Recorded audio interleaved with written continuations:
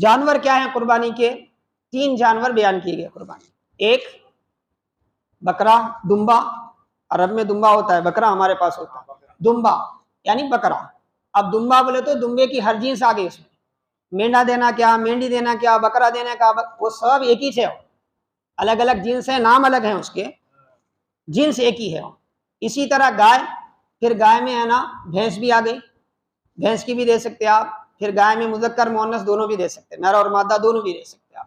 اور اس کے بعد اونٹ، اونٹ میں بھی نر اور مادہ دونوں دے سکتے. احادیث میں آیا باضابطہ کہ بکرے کے لیے اور اس کی جنس کے وہ جتنے بھی ہیں نا، اس کے برادری کے مینڈا، مینڈی، بکرا، دمبا جو بھی ہیں، وہ سب کے لیے کیا ہے صاحب؟ 1 سال کا ہونا ضروری ہے. 1 سال کا ہونا قربانی کے لیے ضروری ہے. اور گائے ہے تو 2 سال کی ہونا ضروری ہے. اگر اونٹ ہے تو وہ 5 سال کی ہونا ضروری ہے. 5 سال کی ان میں کیا ہے قربانی ہو سکتی ہے. پھر اللہ کے رسول نے کیٹیگری بیان کی. یہ جو بکرا بکری ہے نا، اس کی جنس کے جتنے بھی چیزیں ہیں، مینڈا، میڈی، سب دمبا سب ملا کے، یہ صرف ایک شخص کی طرف سے ہو سکتی ہے. ایک شخص کی طرف سے. اگر گائے آپ قربانی میں دے رہے ہیں یا اس کی جنس میں دے رہے ہیں یا اونٹ دے رہے ہیں، تو ابو داؤد کی حدیث پاک کا مفہوم ہے 7 لوگوں کی طرف سے ہوتی. گائے میں 7 لوگ حصہ لے سکتے اور اونٹ میں 7 لوگ حصہ لے سکتے. ایک حدیث پاک ہے. اب جیسے ہی ہمارے دن شروع ہوتے ہیں نا، الگ الگ دنوں کے حساب سے لوگوں میں کیا ہے ایک میسج آنا شروع ہو جاتا ہے. کیا ہے؟ پورے گھر کی طرف سے ایک بکری کافی ہے.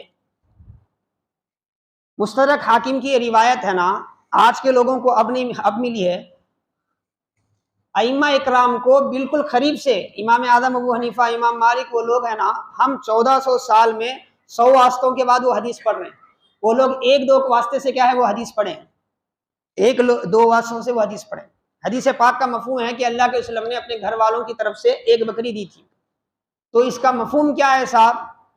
اس زمانے کے فقہاء اکرام نے، اس زمانے کے علماء نے، صحابہ تابعین نے کیا سمجھا اس سے؟ اس کا مطلب یہ ہے کہ ایک میں نے عرض کیا واجب قربانی. واجب قربانی تو صرف ایک بندے کی طرف سے ایک ہی بکری ہو سکتی ہے، ایک بکرا یا ایک بکری. اگر آپ بڑے جانور میں لیں تو پھر ایک حصہ بڑے جانور میں. ایک ہے نفل قربانی، مستحب ثواب کے لیے آپ دینا چاہتے ہیں، اجازت ہے شریعت میں. اس میں جو ہے آپ ایک حصے میں پوری کائنات کو ملا لے سکتے ہیں ثواب کی نیت سے. ایک حصے میں پوری کائنات کو بڑے جانور میں ملا سکتے ہیں. اور ایک بکری کی طرف سے صرف آپ کے گھر والے نہیں، آپ کے پورے گاؤں والے، آپ کے اگلے پچھلے سب کو کیا ہے آپ ثواب کی نیت سے شامل کر سکتے ہیں. تو حدیث پاک میں جو مفہوم بیان کیا جا رہا ہے وہ مستحب اور مندوب قربانی کا ہے. اور ثواب کی نیت سے آپ دو بکرے لائے گھر میں، ایک جس پہ واجب ہے وہ دے رہا ہے، ایک کیا ہے پورے گھر والے اپنے گزرے ہوئے لوگوں کی طرف سے، ثواب کی طرف سے اگر آپ دینا چاہ رہے ہیں تو ثواب میں، قربانی میں نہیں، ثواب میں شریک کرنا ہے. ثواب میں آپ شریک کر سکتے ہیں. اسی لیے ایک حدیث پاک ہے ابو داؤد شریف میں، ایک صحابی آئے، آ کے پوچھے یا رسول اللہ مجھ پہ بدنا لازم ہے، یعنی اونٹ کی قربانی ہے. اونٹ کی قربانی 7 لوگوں کی طرف سے ہوتی نا، تو میں نہیں مل رہی، میں کیا کروں؟ تو اللہ کے وسلم نے یہ نہیں فرمایا کہ ایک بکری اس کی طرف سے دے دو، نہیں فرمایا 7 بکریاں لے کے اس کی طرف سے دو فرمایا.